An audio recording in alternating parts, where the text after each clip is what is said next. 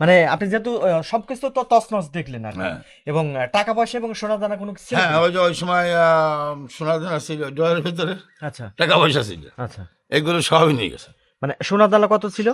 আনুমানিক প্রায় 10-12 ভরির মতো সোনা ছিল। আচ্ছা। আমার ওয়াইফ ছিল, বড় বৌমা ছিল, এসব সবই রেখে যাই তো, বাসা বাড়িতে থাকে ওরা। টাকা ছিল, ব্যবসার টাকা আমার বড় জামাই রেখে গেছিলেন গরু কিনা এবং ই করার জন্য।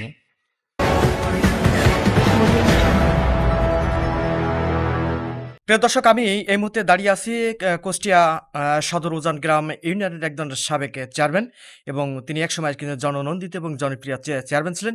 কিন্তু দুঃখজনক হলো তার বাড়িতে গতকাল ঠিক এই সময়ের মধ্যেই তিনি হঠাৎ করে বাড়ি চলে যান, এবং তারপরেই তার বাড়ি যেহেতু ফাঁকা ছিল, এবং এই সুযোগেই যারা সুযোগ সন্ধানী যারা মানুষ ছিলেন, যারা দুর্বৃত্ত যারা কাজগুলো করে থাকেন, তো তারা মূলত তার এই বাড়িতে মূলত পরিকল্পিতভাবেই তার বাড়িতে গণহারে আর কি ডাকাতি করে, এবং সেই ডাকাতির পরবর্তীতে আসলে তিনি বিষয়টা তিনি একেবারে মানসিকভাবে অপ্রস্তুতভাবে তিনি প্রত্যাশাই করেনি যে আমি একজন সাবেক চেয়ারম্যান হয়ে আমার বাড়িতে যে নজিরবিহীন ঘটনা ঘটেছে তিনি আসলে আসলে বিস্ময় প্রকাশ করেছেন।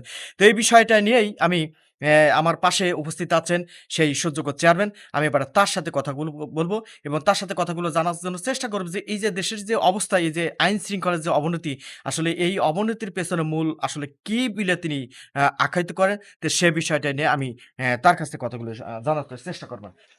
মোহাম্মদ হাবিবুর রহমান। হাবিবুর রহমান। জি। আচ্ছা। তো সাবেক চেয়ারম্যান, হ্যাঁ আপনি তো বলুন। সাবেক চেয়ারম্যান। জি। তো আপনার বাড়িতে এই যে নজিরবিহীন, আমরা তো যতটুকু শুনছি যে নজিরবিহীন ঘটনা, এবং আপনি একজন চেয়ারম্যান মানুষ হিসেবে আপনার বাড়িতে এমন ঘটনা কিভাবে ঘটলো একটু যদি বলতেন সংক্ষিপ্তভাবে। ঘটনা হচ্ছে, আমি সকাল 10টা দিকে বাড়ির থেকে সমস্ত ঘর গেট তালা মারতে, আমার ইউনিয়নের ভিতরে শ্যামপুর একটা নিম্ন মাধ্যমিক বিদ্যালয় আছে, ওখানে আমাকে দাওয়াত করেছিলেন অতিথি হিসাবে ওই স্পোর্টস অনুষ্ঠানে। আমি সেখানে যাই। সেখানে যাওয়ার পরে আমি স্পোর্টসে উদ্বোধন করি। একটা পানি উন্নয়ন বোর্ডের একটা কর্মশালা ছিল বালিয়াপাড়া কলেজে। সেখানে যে আমি কর্মসূচি শেষ করি, কর্মশালাটা শেষ করি, বাড়িতে আসি। যখন গেট খুলি, খোলা পরে বাড়ির ভিতরে ঢুকেই দেখি যে আমার ওই বারান্দার পারে আলমারি ড্রয়ার কাপড় চোপড় সব ছিটানো। তখন আমি মাথায় আমার তার ঘুরে মানে যায়। ওই সময় কি বাড়ি একেবারে ফাঁকা ছিল? একদম ফাঁকা। আমার ওয়াইফ ঢাকা, অসুস্থতার কারণে ঢাকা চিকিৎসাতে গেছে, বাড়িতে কেউ ছিল না। তারপরে আমি ঘরের ভিতর উঠে পড়ে যা দেখি যে আমার আলমারি, ওয়ার্ড্রোব, শোকেস সব ভাঙা এবং ড্রয়ারগুলো সব মেঝেতে পড়িয়ে আছে। তো মানে ওখানে সবকিছুই এলোমেলো আর কি। একদম এলোমেলো। আচ্ছা। তখন আর মাথায় কোনো কাজই করছে না। আমি একটু সর যে করলে কিভাবে ঘটনা ঘটলো? ঘটনা ঘটল। আমি সর করলে লোকজন সব বাড়ির ভিতরে চলে আসে। পরবর্তী পর্যায়ে আমি আমার ওই পুরাতন বাড়ির আমাদের ভাই সকল যারা আছে ওনাদের ওয়াইফরা সব আসে।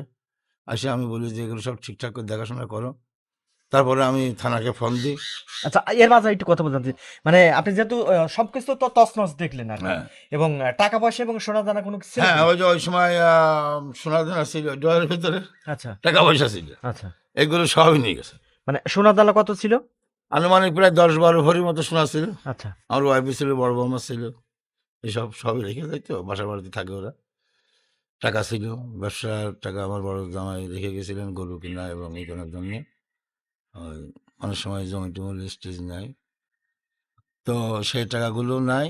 সোনা দানা আরও অন্য অন্য যা একটু ঋণ নেওয়ার মতো সেগুলো নিয়েছে, কাপড় চোপড়ও কিছু নিয়েছে। আমার মনে হচ্ছে, যেহেতু আমি তো আর ওই ওয়াইফের ওই কাপড় চোপড় তো হিসাব করে রাখিনি, তবে আমার সন্দেহ আছে যে এইভাবে সাজানো ছিল সেইভাবে নাই। আচ্ছা, চেয়ারম্যান হ্যাঁ সাহেব, আমি একটু আপনার একটু কথা, একটু ব্রেক রেখে একটু কথা বলি। এই যে দেশের যে বর্তমান যে দিন দিন যে পরিবেশ পরিস্থিতি এরকম সৃষ্টি হচ্ছে, তা আপনি একজন সাবেক চেয়ারম্যান হিসেবে যেহেতু আপনার বাড়িতেও তারা ছাড় দেয়নি, হুম, তার মানে একেবারে বলা যায় যে নিম্ন পর্যায়ে চলে গেছে আইন শৃঙ্খলার। এই যে দেশের যে পরিবেশ পরিস্থিতি, তা আপনিও তো একজন দায়িত্বশীল একজন ব্যক্তি ছিলেন, এবং এখনো তো বিএনপির তো একটা পোস্ট পদবিতে আছেন। তো সেই ক্ষেত্রে এই পরিস্থিতি হওয়ার পেছনে আসলে মূল কি কারণ বলে আপনি দায়ী করেন আর কি? আমি মনে করি যে প্রশাসন যদি সতর্কতার সাথে বেড়ায়, আইন শৃঙ্খলা পরিস্থিতি ইতিপূর্বে আমরা দেখেছি, সেই সময় কিন্তু অত ঘটনা ঘটেনি, ঘটলেও আইন শৃঙ্খলা বাহিনী তারা এদেরকে ধরে শাস্তি দেওয়ার ব্যবস্থা করেছেন। তা আমি মনে করি যে বর্তমান যে প্রেক্ষাপট, এই প্রেক্ষাপটে দেশ পরিচালনা করা আসলে সম্ভব না। আইন শৃঙ্খলা একেবারে অবনতি। এই আইন শৃঙ্খলার অবনতি কারণেই আজ আমার মতো মানুষ, আমার বাড়িতে যদি এই ধরনের সৃষ্টি হয়, তাহলে মধ্যবর্তী বা নিম্ন মধ্যবর্তী বাড়িতে তো মানুষের তো বসবাস করা সম্ভব হবে না। এই আইন শৃঙ্খলা পরিস্থিতি উন্নত না হওয়া পর্যন্ত এ দেশের মানুষ সুষ্ঠুভাবে সুন্দরভাবে বেড়াতে পারবে না, জীবনযাপন করতে পারবে না। তাই আইন শৃঙ্খলা ব্যবস্থাটা আরো উন্নত করার জন্য আমি জোর সুপারিশ জানাচ্ছি। আচ্ছা, আমি একটু যুক্ত করতে চাই। এই যে আপনি সুপারিশ করলেন, আসলে আমরা এই কথাটার মধ্যে দিয়েই কিন্তু বলি যে আইন শৃঙ্খলা উন্নতি হতে হবে, উন্নত হবে। কিন্তু উন্নতি কিন্তু আসলে হচ্ছে না। উন্নতি কিন্তু আসলে কখনো কিন্তু হচ্ছে না। কিন্তু আপনারা কিন্তু বিভিন্ন সভা সমাবেশ কিন্তু প্রতিনিয়তই কিন্তু করছেন কিন্তু।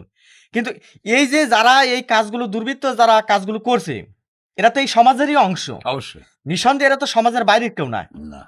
কিন্তু আসলে এর পেছনে কি আসলে পুলিশ প্রশাসন বা আইন শৃঙ্খলা কি আসলে ওদেরই কি ভূমিকা পালন করবে? নাকি আপনাদের মতো রাজনীতিবিদ তারাও এদের আসলে এদের প্রতিহত করার আবার দায়িত্ব আছে বলে কি মনে করেন?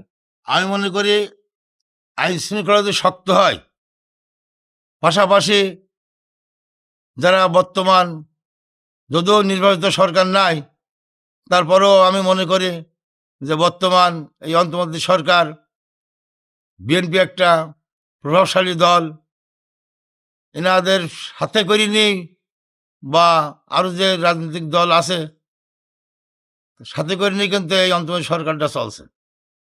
তা আমি আইন শৃঙ্খলা, এই অন্তর সরকার যদি আইন শৃঙ্খলাকে শক্তিশালী করে, তাহলে আমাদের মতো আমরা যারা দল করছি আমরাও কিন্তু একটু জোর দিতে পারি।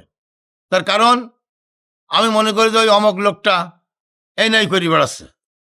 এখন যদি আইন শৃঙ্খলার সাথে আমি যোগাযোগ করি, তারা যদি ওই শক্তভাবে যদি না কাজ করে, তাহলে তো আমার ওই জায়গায় তার কোনো দাম থাকছে না। তাই আমি মনে করি ওনারা যদি শক্তিশালী হয়, তাহলে আমরা আমাদের দলের নেতৃবৃন্দ শক্তিশালী করতে পারবে। আচ্ছা, আমি এই মনে করি। প্রসঙ্গে একটু যুক্ত করতে চাই। যেহেতু আপনি একটা কথা বলেছেন যে আপনার বিএনপি একটা বৃহত্তম এবং সংখ্যাগরিষ্ঠ একটা দল এবং সেখানে তাদের শক্ত ভিত আছে। এই যে আপনার যেহেতু আপনি নিজেও বললেন যে আমি একজন সার্চ কমিটির একজন হুম। অন্যতম একজন ব্যক্তি। তা আমার প্রশ্ন হলো এই যে আইন শৃঙ্খলা যেভাবে মানে অবনতি হচ্ছে, তো সেই ক্ষেত্রে আপনারা বিএনপি যারা করেন বা রাজনীতি যারা করেন, এই যে সার্চ কমিটি যারা করেন, তো সেক্ষেত্রে যদি বিষয়টা যদি এমন হয় যে এখানে এই সার্চ কমিটির মাধ্যমে প্রত্যেকটা পাড়া মহল্লায় যদি আপনারাই যদি একটা যদি পাহারার যদি ব্যবস্থা করে বা কে কখন কোন অবস্থায় কে ঢুকছে বা আসছে তাদেরকে যদি আপনারা যদি শনাক্ত যদি করে যদি আইন শৃঙ্খলাকে যদি যদি সহযোগিতা করেন যে ঠিক আছে আমরা অলরেডি এই কাজটা করেছি, আপনারা ঠিক একটু আসেন। এই কাজটা কেমন কেমন না, কেমন খুব হয়? ভালো হয়। ইতিপূর্বে আমরা করিস তো আমাদের গ্রামে আমরা অন্তত ৫-৭টা পয়েন্টে আমরা আগে কাজ করেছি ওইভাবে। এক এক টিমে ৪-৫ জন করে আমরা সেটিং করতাম এবং আইনশৃঙ্খলা বাহিনীও কিন্তু ওই সেটিংগুলো আবার দেখতে আসতো যে সত্যিকারের কাজ হচ্ছে কিনা। এই পুলিশিং কমিটির মাধ্যমে যে একটা চালু ছিল, এটাও কিন্তু একটা খারাপ ছিল না। এরা এখানে প্রতি রাত্রে দিনের বেলা যেসব ডিউটি করতো, তাতে আমাদের একটা সুবিধা ছিল। সেই হিসাবে মনে করি এটা একটা ভালো উদ্যোগ হয়। আমরা সারা বাংলাদেশ ব্যাপী যদি এই ধরনের, আমি মনে করি আমার দলের পক্ষ থেকে হাইকমান্ড থেকে যদি নির্দেশ দেয় যে প্রত্যেকটা ইউনিয়নে, প্রত্যেক ওয়ার্ডে এরকম একটা ব্যবস্থা রাখতে হবে, তাহলে গিয়ে দেশের জনগণ সুষ্ঠুভাবে সুন্দরভাবে বসবাস করতে পারবে। আমি মনে করি সবার সহযোগিতার দরকার। হ্যাঁ, ধন্যবাদ আপনাকে। প্রিয় দর্শক, আমরা একেবারে শেষ প্রান্তে চলে আসছি। দর্শক, আমরা কথা বলছিলাম একজন সাবেক জননন্দিত চেয়ারম্যান হাবিবুর রহমান হাবিব।